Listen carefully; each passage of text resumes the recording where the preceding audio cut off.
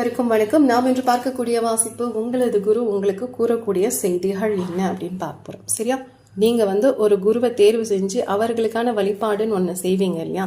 அந்த குரு உங்களுக்கு கூறக்கூடிய செய்திகள் என்ன என்பதை தான் இங்கே நம்ம பார்க்க போறோம். ஸோ அதற்காக நம்ம சாய்பாபாவோட அட்டையை பயன்படுத்த போறோம். சரியா? ஸோ உங்களோட குரு என்ன செய்தி சொல்கிறாங்கன்னு பார்க்கலாம். அதே போல் இது ஒரு கூட்டு செய்தி. சரியா? இதுலேருந்து வரக்கூடிய விஷயங்கள் அனைத்தும் பொருந்தும்னு சொல்ல முடியாது. எது பொருந்ததோ அதை எடுத்துக்கோங்க, பொருந்தாத விஷயங்களை தவிர்த்துடுங்க. ஓகேவா? ஸோ முதலாவது அட்டை என்ன வந்திருக்கு அப்படின்னா, கட் கிளியர் கேன்சர். உங்களோட கடந்த காலங்களில் ஏதாவது ஒரு கசப்பான நிகழ்வுகள் நடந்திருக்கலாம். அதை இப்போவும் நீங்கள் நினச்சி அசைப்போட்டு வருத்தப்பட்டுட்டே இருக்கீங்க அப்படின்னா, உங்களோட குரு முதல் செய்தி என்ன தெரியுமா சொல்கிறாரு? அதுலேருந்தெல்லாம் மீண்டு வெளியில் வந்துருங்க. அப்போ தான் உங்களோட ஆன்மாங்கிறது தூய்மை அடையும், அமைதி பெறும். சரியா? ஸோ கடந்த காலம்னாலே நம்ம தமிழில் சொல்லுவாங்க இறந்த காலம் அப்படின்ட்டு. இறந்த காலத்தை நினச்சி வருத்தப்பட்டுட்டே இருக்கும்போது நம்மளோட நிகழ்காலம்ங்கிறது அதனால பாதிப்பு ஏற்பட நிறைய வாய்ப்புகள் உள்ளது. உங்களோட குரு முதல்ல சொல்கிற விஷயம், கடந்த காலத்தை விட்டுட்டு முதல்ல வெளியில் வந்து இப்போ நிகழ்காலத்தோட ஒன்றிணைஞ்சு வாழு அப்படின்றாங்க. இதை உங்களுக்கு பொருந்தனா எடுத்துக்கோங்க. அடுத்த அட்டை என்னன்னு பார்க்கலாம். நீ தனித்திருப்பதே இல்லை, நான் எப்பொழுதும் உன்னுடன் இருக்கிறேன். ஸோ யாராவது தனிமையில் இருக்கீங்க அப்படின்னா அவர் சொல்றது, நீ தனியாலாம் இல்லை, நான் உன் கூட இருக்கேன். ஆற்றலால் சுற்றி இருக்காங்க, அது நம்ம கண்ணுக்கு தெரியாது. சரியா? ஆனால் அவர்களோட ஆற்றல் உங்களை சுற்றி இருக்கு. ஸோ எப்போவுமே நான் தனியாக இருக்கேன் அப்படின்னு நினைப்பு உங்களுக்கு வரக்கூடாது. சரியா? உங்களோட குரு ஸ்ட்ரிக்டாக சொல்கிறாங்க, நீ தனிச்சலாம் இல்லை, நான் உன் கூட இருக்கேன். ஸோ பிரார்த்தனை பண்ணிக்கோங்க. நீங்கள் இருந்த இடத்துல இருந்தே கூட பிரார்த்தனை பண்ணிக்கலாம். சரியா? இப்போ சில நேரங்களில் என்னால் அவர் இருக்கிற இடத்துக்கு போக முடியல அப்படின்னா, எங்கே இருக்கீங்களோ அங்கே உங்களோட பிரார்த்தனையை மனசார வைங்க. கண்டிப்பாக அவங்க செவிசாட்சி அதற்கான பதில் கொடுப்பாங்க. சரியா? ஏதாவது ஒரு துன்பம் கஷ்டத்தில் இருக்கீங்க அப்படின்னா, இறைவன் சித்தம். நீங்கள் அனுபவித்து கொண்டு இருக்கக்கூடிய அனைத்துமே இறைவனோட சித்தம். ஸோ இதில் வருந்தி ஒரு பிரயோஜனமும் கிடையாது. அதை புன்னகையோடு எதிர்கொள்ள முயற்சி செய்யுங்க அப்படிங்கிறது உங்கள் குரு கொடுக்கக்கூடிய மூன்றாவது விஷயம். இன்னொரு 2 அட்டை எடுத்து நம்ம இந்த வாசிப்பை நிறைவு செய்யலாம். எஸ், இது என்ன துன்பம் கஷ்டமாகவே வருது இந்த அட்டைகள், தெரியல. துன்பத்தை எதிர்கொள்ளவும் அப்படிங்கிறது அடுத்த அட்டை. சரியா? ஸோ உங்களோட வாழ்க்கையில் இப்போ நிகழ்காலத்தில் ஏதாவது கஷ்டப்பட்டுட்டு இருக்கீங்க அப்படின்னா, அந்த கஷ்டங்களை எதிர்கொள்ள பழகிக்கோங்க. பயந்து பின்வாங்காதீங்க அப்படின்றாங்க. ஓகேவா?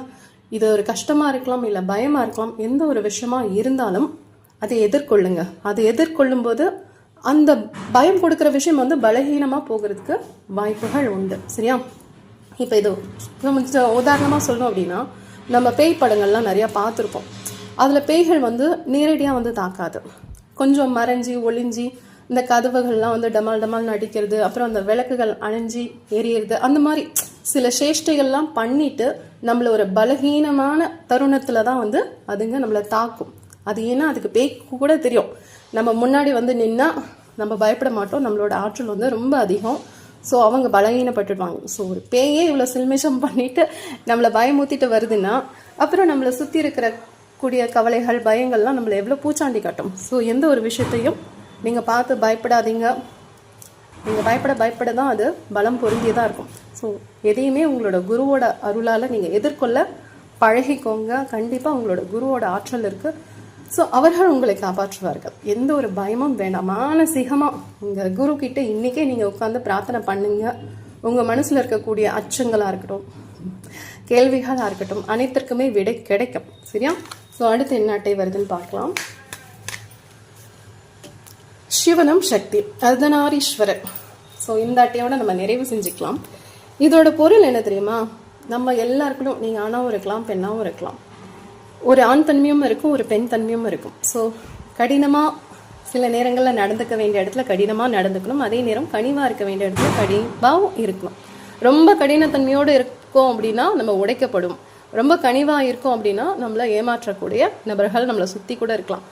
ஸோ ரெண்டுத்தையுமே சமநிலையில் எடுத்துகிட்டு வாங்க. நீங்கள் ஆணாக இருந்தாலும் சரி, பெண்ணாக இருந்தாலும் சரி. எங்கே கடினமாக இருக்கணுமோ அங்கே கடினமாகவும், எங்கே கனிவாக இருக்கணுமோ அங்கே கனிவாகவும் இருக்கும்போது கண்டிப்பாக உங்களால் உங்கள் வாழ்க்கையில் இருக்கிற எல்லா விஷயங்களுமே, என்ன சவால்களை நீங்கள் எதிர்கொண்டு இருந்தாலும் அதில் உங்களால் வெற்றி பெற முடியும். சரியா? ஸோ உங்களோட குரு ஒவ்வொரு அட்டையுமே ரொம்ப சிறப்பான அட்டையாக கொடுத்துருக்காங்க. கண்டிப்பாக இது உங்களுக்கு ஒரு பயனுள்ள வாசிப்பாக இருக்கும் அப்படின்னு நான் நம்புகிறேன். சிவனும் சக்தி வந்திருக்கனால ஸோ ஈஸ்வரன் சக்தியை நீங்கள் வழிபடக்கூடிய நபர்களாகவும் இருக்கலாம். ஸோ அவங்க கிட்டேயும் நீங்கள் பிரார்த்தனை வச்சுக்கலாம். இதை பார்க்கும்போது என்னன்னு தெரியல, திருவண்ணாமலை ஞாபகம் வருது. ஸோ அங்கே இருக்க குருவை நீங்கள் வழிபாடு செய்யக்கூடிய நபர்களாகவும் இருக்கலாம். அவங்களோட அருள் பரிபூர்ணமாக இருக்கு. இதெல்லாம் வந்து ரொம்ப மேன்மையான ஆற்றல் பொருந்திய நபர்கள். சரியா? உங்களோட குரு அவங்க லெவலுக்கு நீங்கள் போகணும் அப்படின்னா இந்த துன்பப்படுறது, வருத்தப்படுறது, இந்த பயம் கொள்வது இதெல்லாம் குறைச்சிக்கிட்டிங்கன்னா போதும். உங்களோட ஆற்றல் கொஞ்சமாக மேன்மை நிலை அடையும்.